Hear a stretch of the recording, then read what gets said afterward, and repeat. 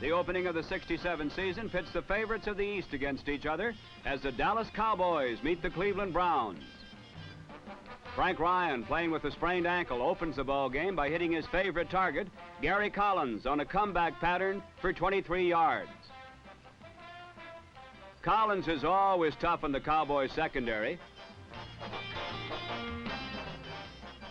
as this isolated replay will demonstrate.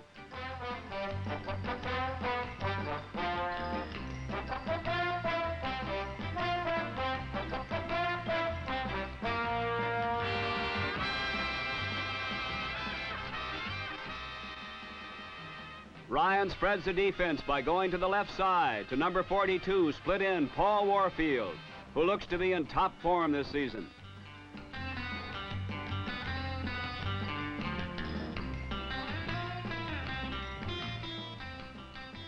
Right, left, and this time up the middle goes the pass to set back Leroy Kelly, and another first down. Kelly, number 44, culminates the drive by sweeping right and into the end zone. It's the Browns 7, Cowboys nothing.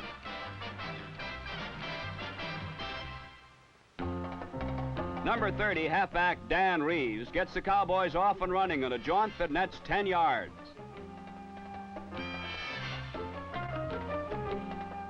Reeves looks extremely sharp as he powers for 10 more.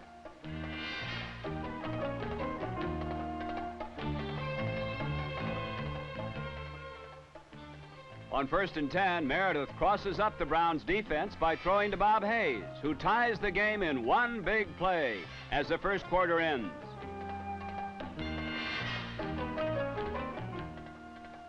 Number 48, Ernie Green, seems to be unhampered by a leg injury as he takes a Ryan pass and moves 25 yards downfield. Gary Collins is giving the Cowboys plenty of trouble today.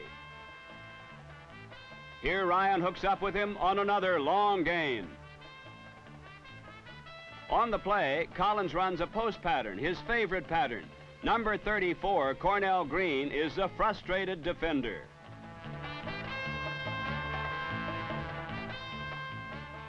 Ernie Green takes another screen pass from Ryan and goes 18.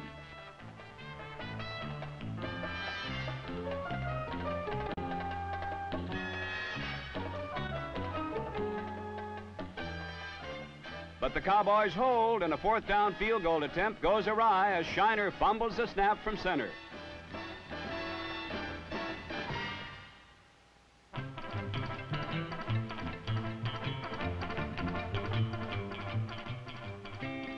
Meredith quickly takes advantage of the break and gets another as a long bomb to Hayes is completed with the help of a Cleveland defender.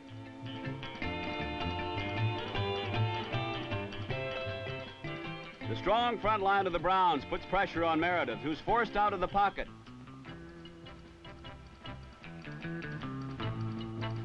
And his last-ditch throw is intercepted on a brilliant play by number 20, Ross Fietner.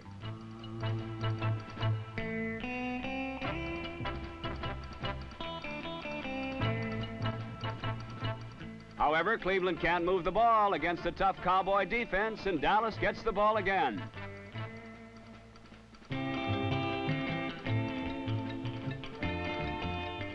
Dan Reeves garners 17 more yards.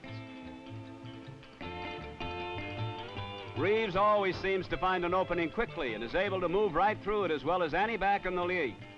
This sixth sense that Reeves possesses plays a big part in the success of the Cowboys last season and will do so again this year.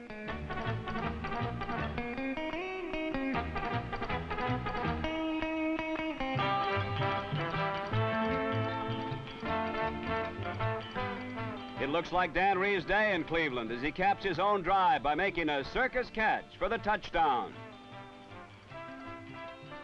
Dallas 14, Cleveland 7 at halftime. The Cowboy defense is the story in the second half.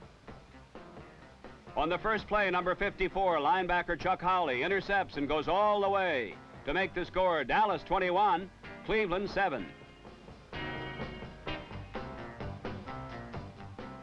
The Browns can't seem to get untracked. Jethro Pugh throws Ryan for a 5-yard loss.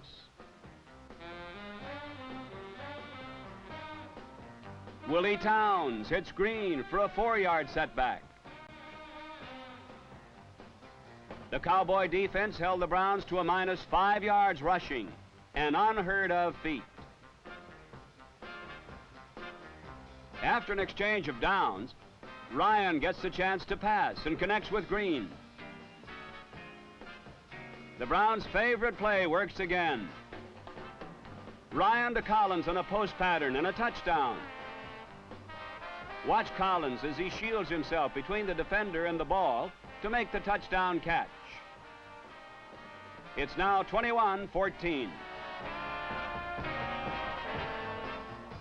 In the last quarter, Ryan gets one last chance to move his team, but the Dallas defense is too good for Cleveland today.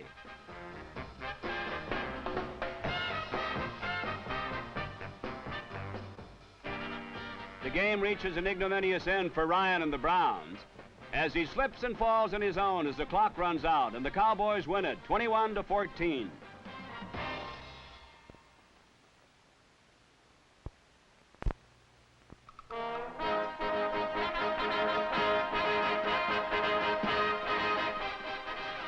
Two marching bands, 3 jazz combos, 33 cheerleaders, 75 pom-pom girls, 20,000 balloons, and 82,000 fans welcome the New Orleans Saints into the National Football League.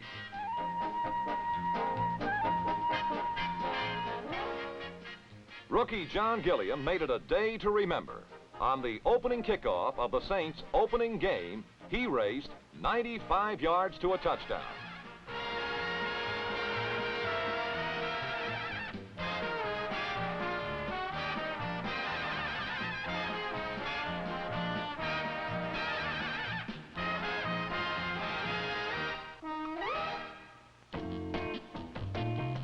Unruffled by Gilliam's shocking touchdown, the visiting Los Angeles Rams launched a drive midway in the first quarter.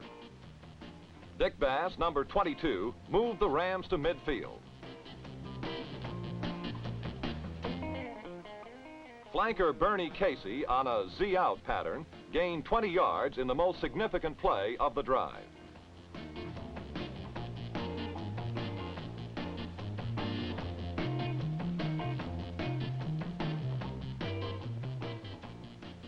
Dick Bass, along with 4-year man Lester Josephson, number 34, muscled the Rams to the Saints' 2-yard line.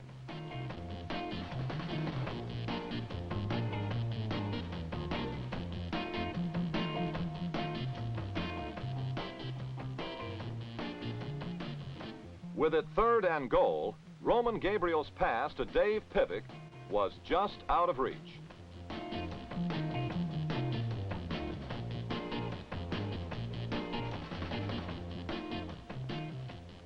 The Rams were forced to settle with a 10-yard field goal by Bruce Gossett.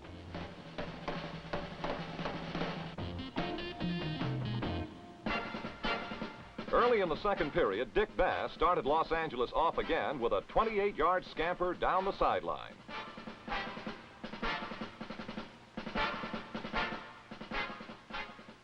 The Ram line provided Gabriel with plenty of time to find Bernie Casey for a 20-yard advance.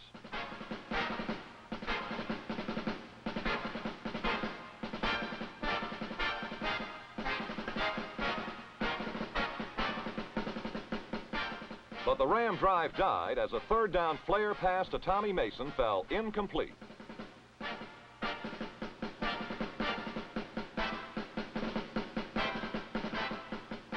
Bruce Gossett made good with a field goal. But minutes later, Charles Durkee did likewise for the Saints.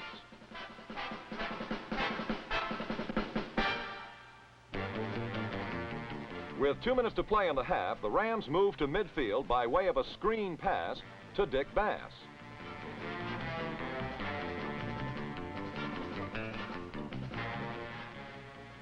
Two plays later, Bernie Casey sailed past George Rose and gathered in a 48-yard toss to put the ball on the New Orleans 20.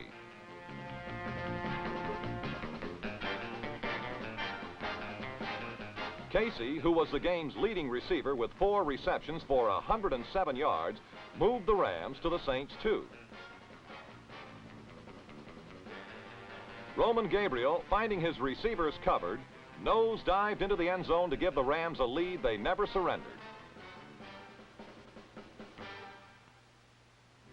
In the second half, the massive Ram defense, spearheaded by number 75 All-Pro Dave Jones, smothered the New Orleans offense and pressured them into several unsuccessful gambles.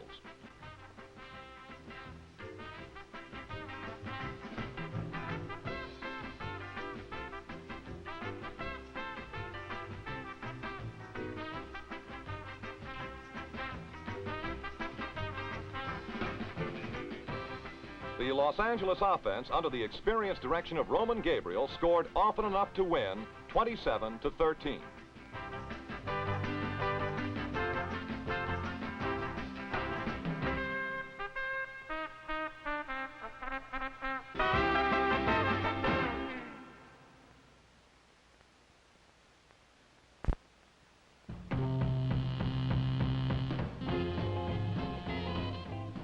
The Washington Redskins, looking for their first opening day victory in 9 years, stunned the Eagles on the opening kickoff.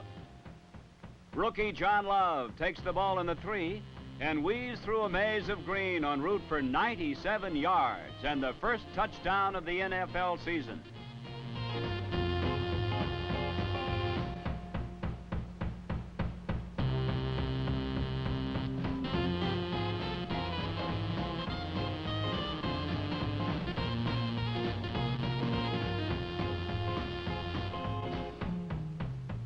Trailing 7-0, Norm Snead sends Israel Lang on a sweep that nets 13 yards.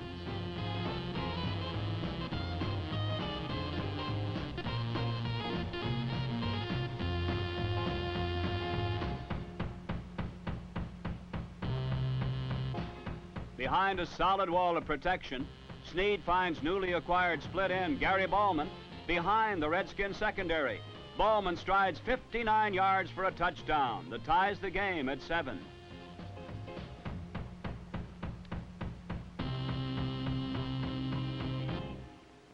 The Eagles fall behind 10-7 late in the first quarter as Snead unleashes Israel Lang for 14 yards.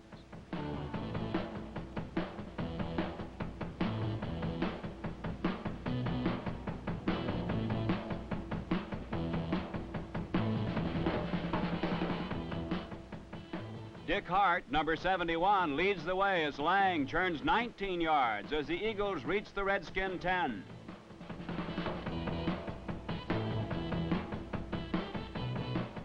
The Eagles take the lead 14-10 as Snead and Ballman connect for their second touchdown of the day. Last year, the Eagles' most glaring weakness was receiving. With the acquisition of Ditka and Ballman, the deficiency has become a strength.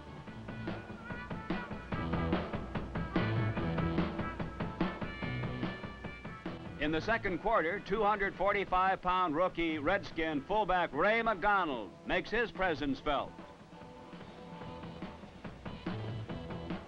Catching the Eagles in a safety blitz, Jurgensen zips a pass to Charlie Taylor, and last year's leading NFL receiver shows he's lost none of his game-breaking luster.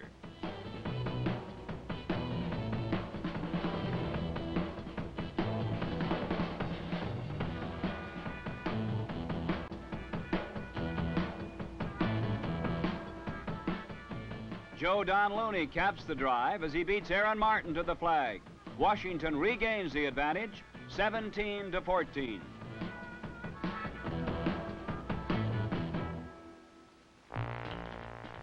Late in the half, Snead scrambles free from the rush and lobs a perfect pass to Woodishik on the Redskin 33.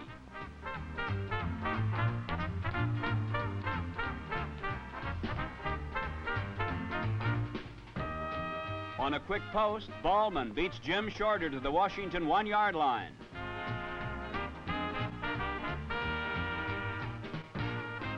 The drive culminates on a quarterback sneak by Norm Snead.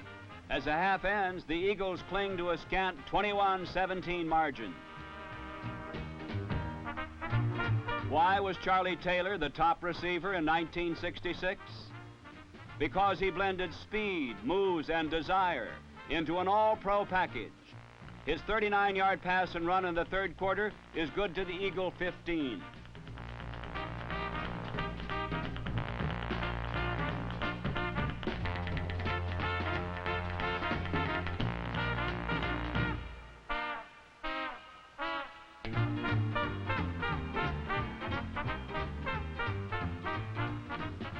Eagles defenders flood the secondary.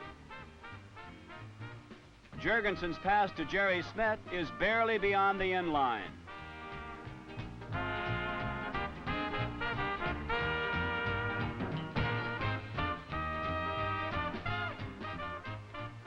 Undaunted, Jurgensen comes back again to Smith. This time it's a touchdown as Washington regains the lead, 24-21.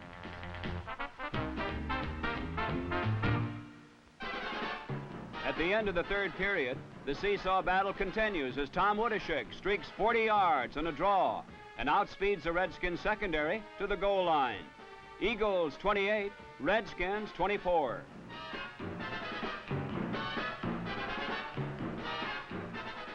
The Redskins' last real attempt to score is blunted by Jim Nettles' last-second deflection of a Jurgensen to Taylor bomb.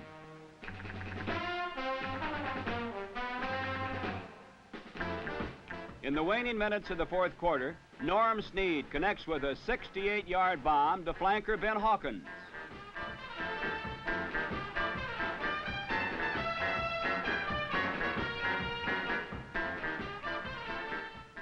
The 68-yard pass and run sets up a 1-yard plunge by Woodishick as the Eagles win 35-24 in a game that matched two of pro football's most explosive offenses.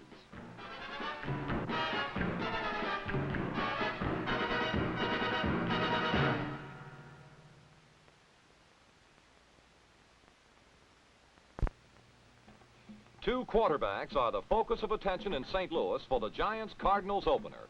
One is number 10, Fran Tarkenton, New York's newly acquired field general. He completes this pass to Ernie Coy, who carries to the St. Louis 29.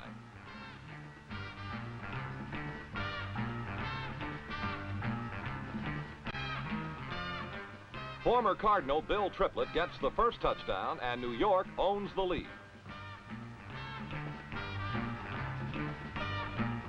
The other new quarterback is number 17, Jim Hart, who teams with tight end Jackie Smith for a gain of 45 yards.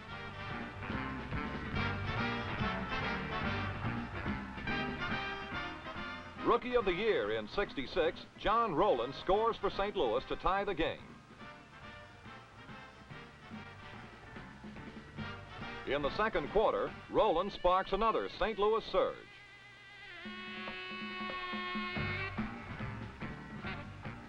Behind a pair of pulling linemen, Rowland sweeps to the New York 32.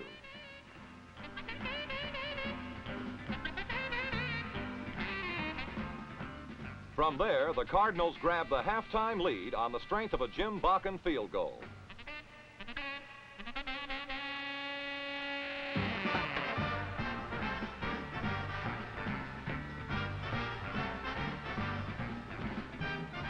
The first evidence of impending disaster for St. Louis occurs in the third quarter when Hart is intercepted by Vince Costello.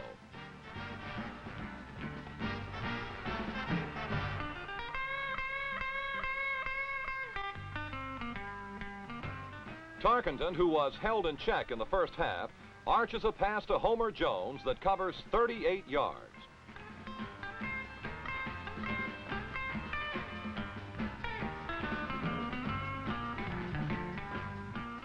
Look at that catch once more.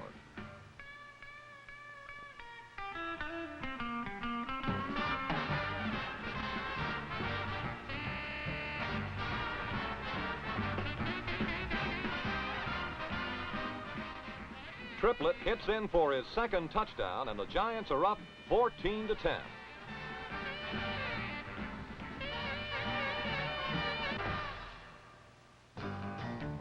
Hart, who replaced the Army called Charlie Johnson, finds more trouble when Henry Carr intercepts for New York.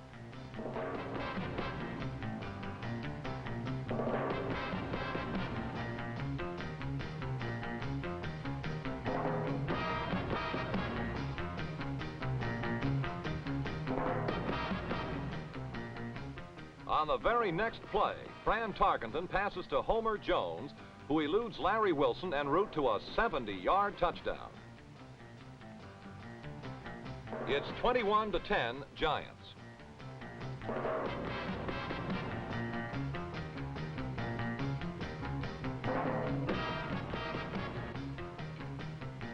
Hart, who has had a minimum of pro experience, finds veteran receiver Bobby Joe Conrad at the New York 37.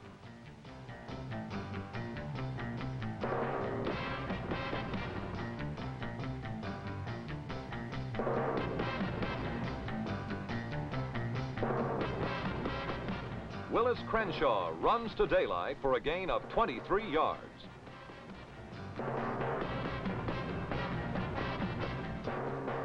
This field goal by Jim Bakken makes him the leading scorer in Cardinal history, but the Big Red still trails.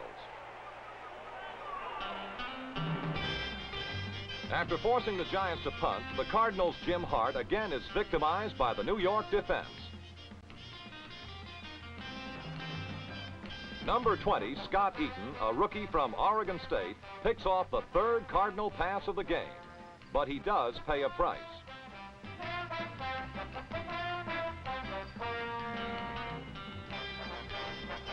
Shades of yesteryear as Tarkenton scrambles to the Big Red 39, where the third quarter ends.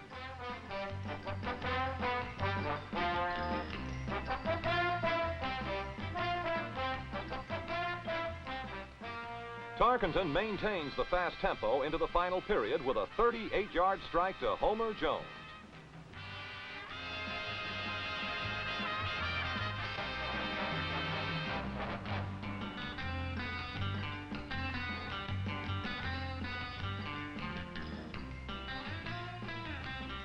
Notice how Jones literally drags Larry Wilson into the end zone.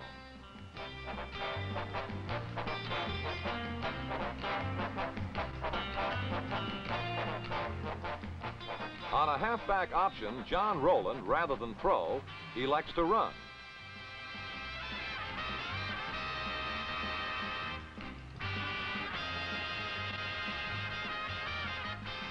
Rowland steps off 16 yards.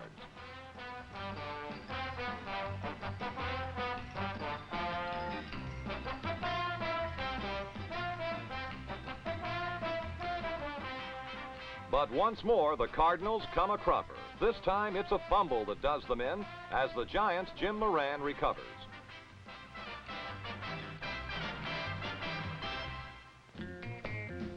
Tarkenton has turned it on in the second half. Fran leads the veteran Del Schaffner perfectly for his third touchdown pass of the day. The timing on Schaffner's reception was simply perfect.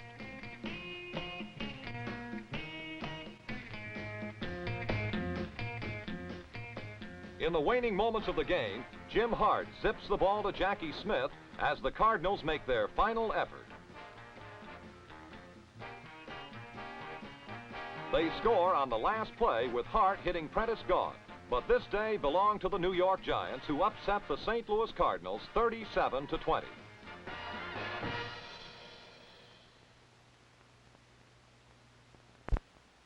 On a Sunday of unprecedented action and thrills, these are the plays we think are the best of the East. Before a sellout crowd in football-crazy New Orleans, Saint rookie John Gilliam fielded Bruce Gossett's kick in the 4 and outsped all Ram defenders for a 95-yard score and the first touchdown in Saint history.